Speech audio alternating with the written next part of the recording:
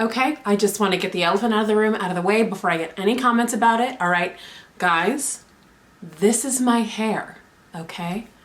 I don't wear wigs. Hey sis, it's me, Fergie.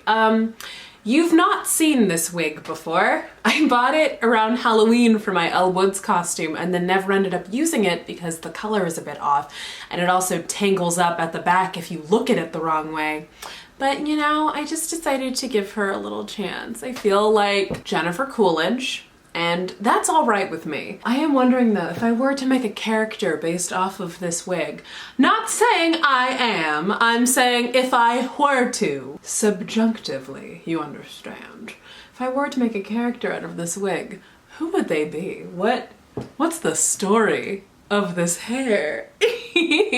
Guess what we're here to do today? We are here to do Mel Thompson's Truthful YouTuber tag. I've seen several of my YouTuber friends do this, which means I have to steal it. That's just what my content thief tendencies demand. I don't make the rules, my lack of creativity does, so. A small note about the tag, it is quite review and also PR question heavy. And when I say that, I mean a lot of the questions are about reviews and PR, which makes a lot of sense because those are the chief areas in which a YouTuber could be dishonest with their subscribers. I don't really do reviews because I don't really think I'm knowledgeable enough to do them. Also, another reason why I don't do reviews is because when I watch reviews, I want them to be as like information heavy as possible, and that can be kind of an exhausting thing to make as a creator because you want to be able to insert every single conceivable detail about the product possible, from its price to its performance to literally every detail about the way that it goes on and the way it lasts, and it's a lot of information to convey in a video. There's a reason I've only really done 2 reviews on this channel. It's because they're hard to do. And the PR question. As you guys may or may not know, I've only received PR once from the brand Cleona Cosmetics, and I did in fact disclose that in the video that it was sent to me from them. Things have changed a little bit. Your girl is now a member of the Octoly family, and I may or may not, but absolutely do have a product on its way from Octoly to my home right now. I am going to be receiving something PR adjacent, and so it's very important to me that the way that I carry myself and the way that I communicate information with y'all does not change. I'm gonna hold myself accountable, but you guys, if you're getting sellout-y vibes from me, let me know. Like, you just gotta be like, hey Nisa, it doesn't sound like you're being 100% honest in this video, and like I'm over here like holding my pair of secret Gucci slides you guys don't know I have, and I'm like, what? Huh?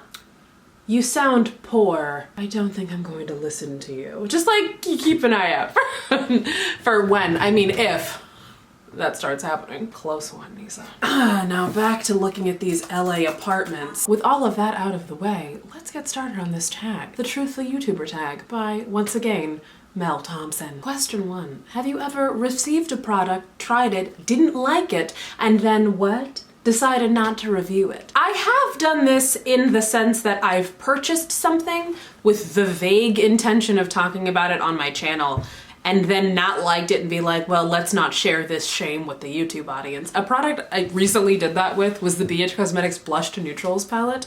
I bought it because I was buying something else. I think I was buying someone a Christmas gift on BH Cosmetics. And I was like, oh, I've wanted to try this thing for like a quite long time. Quite a long time, switch the letters around.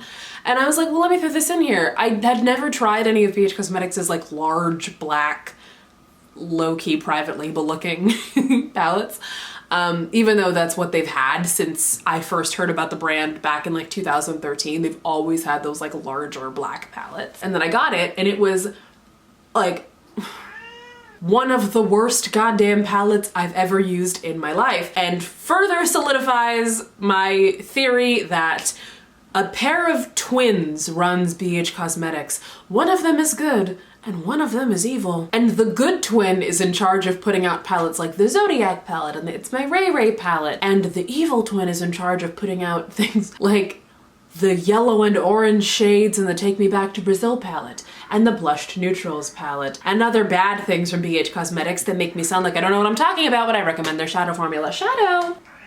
I know, but can you quiet down just for the next hour and a half or so, sweet angel? I know, it's so hard when you love me this much, but can you just pipe down a little bit? Thank you so much. Basically, what happened after I got the palette was I was like, well, there's so many shadows in here that are just dry and have no pigmentation and I'm never gonna do anything with. So what's a girl to do? I don't wanna look at these terrible shadows. And you know how I said in my last video that I disrespect the hell out of my makeup packaging? Well, here's the Blush Neutrals palette outside. It has a pop socket stuck to it. All right, and here's what it looks like on the inside now. I did this.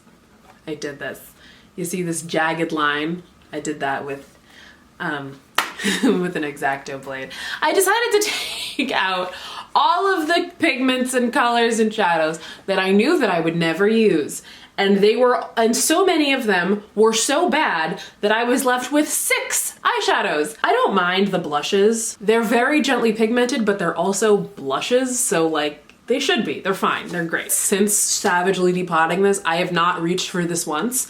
I've not used any of these shadows at all because honestly, looking at this palette is like, you failed. But yeah, I just like felt kind of ashamed of like having wasted my money on that palette. So I never brought it up. Sorry. Unsubscribe if you I'm canceled.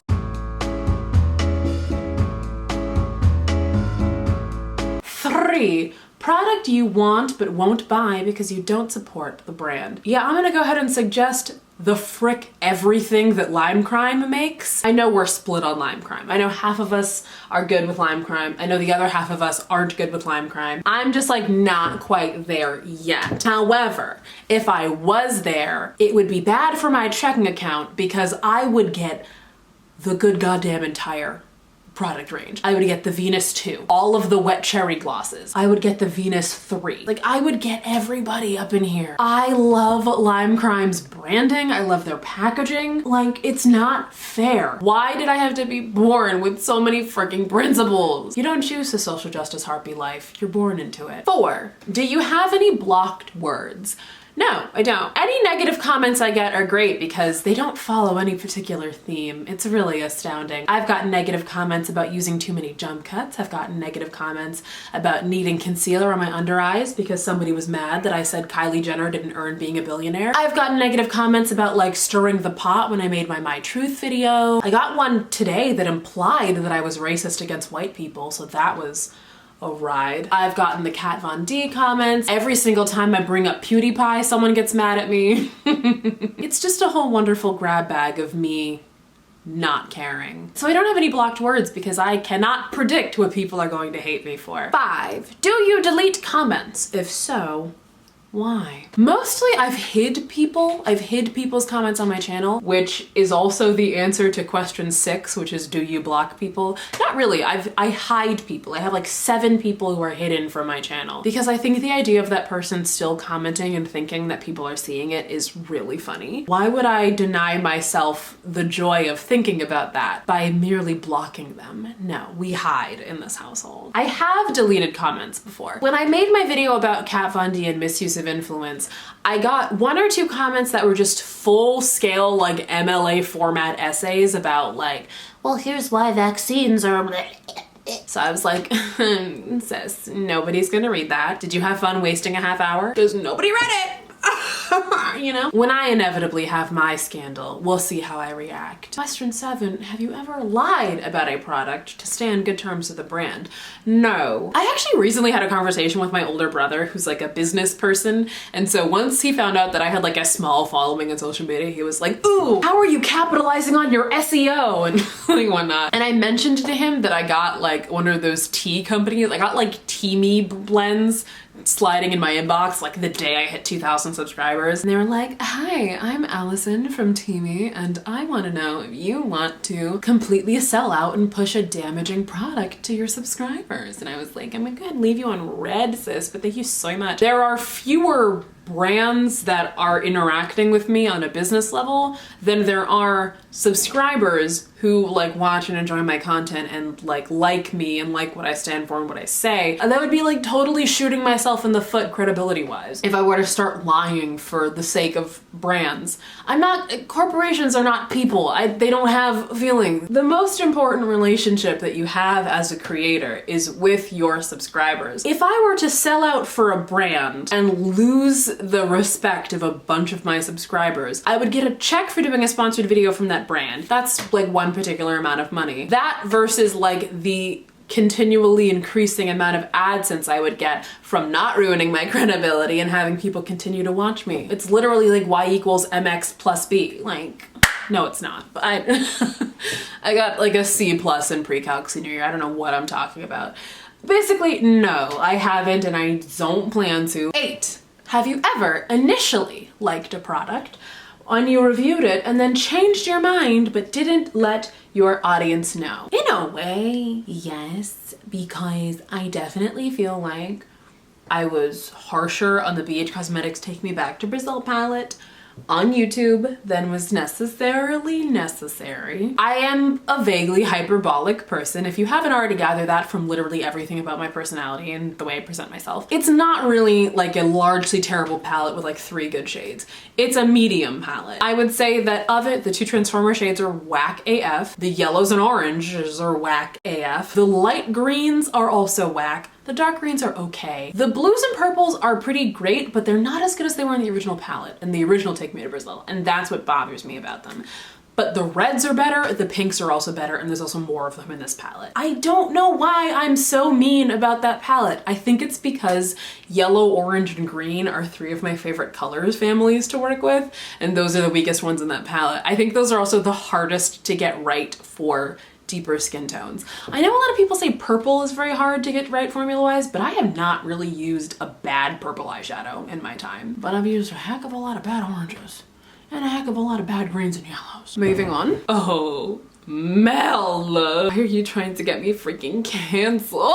Number 9, influencer you don't trust. I don't watch very many influencers, to be quite honest. The 2 million plus club. I've never really been interested in their content and I don't soups trust them. Most of the people that I watch are like smaller influencers, and on top of that, most of the smaller influencers I watch, I don't watch in order to get like actual advice on whether or not to purchase something. Like the only people that I watch for the purpose of like, should I buy this thing they're talking about are like Too Much Mouth, Yuki, pretty much just them. I know this is not the answer to the question. It's not in my nature to be so nice and polite and positive, but I genuinely really like Yuki and Too Much Mouth, and I really respect them and their content is great. Makeup by Shania, she's great too. Okay, it's literally absurd that I forgot makeup struggles in this list. I clearly need to stop chugging forgetful binge juice every day. Continue with the video, sis. Oh, question 10 was influencer you trust the most. There you go. Also, like my friends, obviously, like Hannah of Smoky Glow, Lacey of Spooky Lips and Fat Hips, Georgia Harris, Abby Williamson, Angelica Nickfest, Hannah Louise Poston, the whole crew. I trust them, but we are not the same coloring wise, so sometimes I cannot really pay attention to what they're saying about things because I'm like, okay, that works for you, but we got a little bit more melanin in this neck of the woods, so I'm gonna need a second opinion. You know that mood when all your friends are white? 11, secret tips or product application you don't show while on camera. Oh, I actually have one for this. There's a thing I do regarding my lower lash line that I've never showed on camera, but I do it every single day. The curl of my lower lashes is such that when I apply mascara on my top lashes and blink before it is dry, which I always do because I cycle between like 3 mascaras, so like I can't just leave my eye open for that whole process. When I blink, the mascara will transfer onto my lower lash line in a way that looks like how it would look if I just put mascara on my lower lash line. If I liked the way that looked, this would be great. It would be like a total like hashtag life hack, time saver, 5-minute crafts is quaking. But here's the freaking thing about that, lads. I hate how my lower lashes look when they have mascara on them. So what I do is I take a little pencil brush and I take a shadow that is the same color virtually as my skin. For this I use the shade Mocha from the It's My Rary and BH Cosmetics palette. This is a contour shade, but it has the same formula as the eyeshadows. And I just dust it across my lower lash line, coating my lashes in this powder so it doesn't look like I have mascara on my lower lashes. I don't like the look of mascara on lower lashes because I feel like it closes my eye and makes my eyes look less big and, you know, doe-eyed. You know, don't I look so much more youthful and innocent? But I do that every day. And I've never really done it on camera because when I'm doing a look on camera, I'm doing something fairly dramatic and I probably have shadow on my lower lash line already, so it's not necessary. But the only makeup that I wear on my eyes on a daily basis is mascara, so it allows me to keep my subtle and natural daily makeup aesthetic. Have you ever showed one product but were actually using another?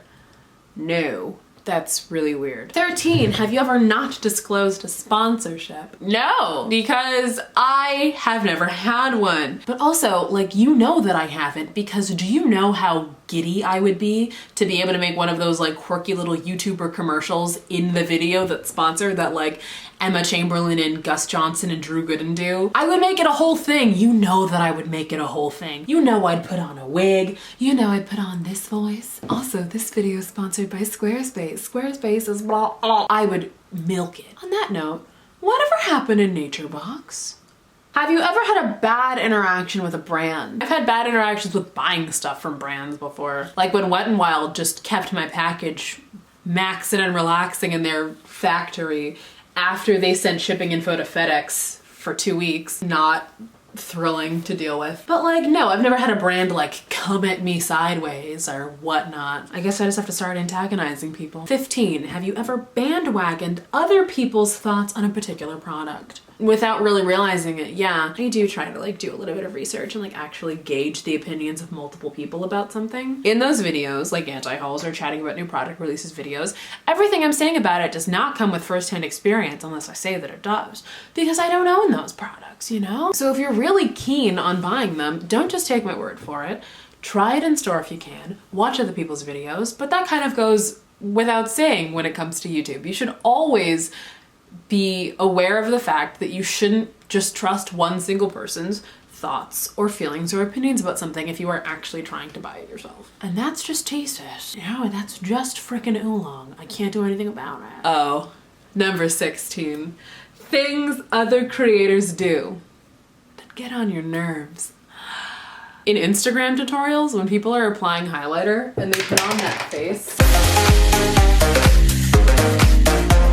it's like, sis, you've owned that highlight. Like, you know that it does that. Is literally its single job to be shimmery. Do you stand outside of your door every morning and then when the mailman comes and puts mail in your mailbox, you're like, it's like, yeah, that's his job. You knew he was gonna do that. You knew it was gonna happen, sis. Please spend like 2.5 seconds Googling how to pronounce something. Especially if it's something in another language, to be sure. I was watching a video today where somebody struggled for like 15 seconds to pronounce the word ophthalmologist. And like, you know, there are words that I don't know how to say. When I was in 6th grade, I couldn't pronounce the word thesaurus for some reason. And nobody made fun of me for that. Probably because I was like 20 pounds heavier and 4 inches taller than every kid in my class. So if they made fun of me, I could have just sat on them and cut off their circulation. But I'm sure it was because it was a moral thing. They were morally correct in not making fun of me. Like, I don't like get mad about it, but it's just like, you really could have just like looked up how to pronounce the French word that you've just been struggling through. And then please, oh my God, when they're like, I don't speak French. I don't have to know how to say that. You don't have to speak an entire language to know how to pronounce one word. Google Translate and Wikipedia are right there. I don't like when an influencer takes a bit from their video that they find funny and puts it at the beginning of the video before their like title screen, and then it's also in the video later, so you just have to watch it twice. Like, I put a little cold open before my videos sometimes, but then I don't make you watch it again. If I clicked on the video, I'm not gonna be like, oh, there's a little joke 16 minutes from now? I'm glad I clicked it. Like, no, I'm gonna watch it anyway, sis. Like, we don't need to do this. And also, when they do that and it's longer than like 15 seconds, and it also happens within like the first 2 minutes of the video, so it's still like super fresh in your mind. I just saw you have your phone buzz when you were mid-sentence and you looked kind of irritated for 3 seconds. Like, I already know. Thumbnails are a whole thing. Undeniably negative thumbnail for a product they're just like neutral on. Like, there was a YouTuber that I used to watch who all of her thumbnails were like this. And like the most negative opinion she would ever have about a product was like, I don't know guys, I feel like it's kind of overpriced. Like, your face was so much more negative than anything you ever say about these things. What are other things influencers do that bother me? Lying, being racist, being misogynistic, being homophobic, all those things are not things that thrill me. Oh man, when they're doing anything regarding the application of makeup and they're like this far away from the camera. Sis, if you don't hit that zoom. There's so many things where they're fat. Sometimes human beings do this really irritating thing where they're like fallible, and honestly, low-key, high-key, not a fan. So guess what, guys? That was Mel Thompson's Truthful YouTuber tag. I'm so excited to get this out of the way, so now I can go back to lying to all of you full time. Thank you for watching my video, but before you leave, I'm gonna need you to do a quick favor for me. If you could go ahead and have an amazing day for me, that would truthfully, that would freaking slap, honestly. Also, please consider subscribing to my channel, and if you would like to engage with me betwixt uploads, you can follow me on Instagram and Twitter at NisiPisa, and I also have a second channel called Extra NisiPisa that I will link in the description, where I post music and covers. Not recently though, but maybe soon. Thanks again for watching. Goodbye.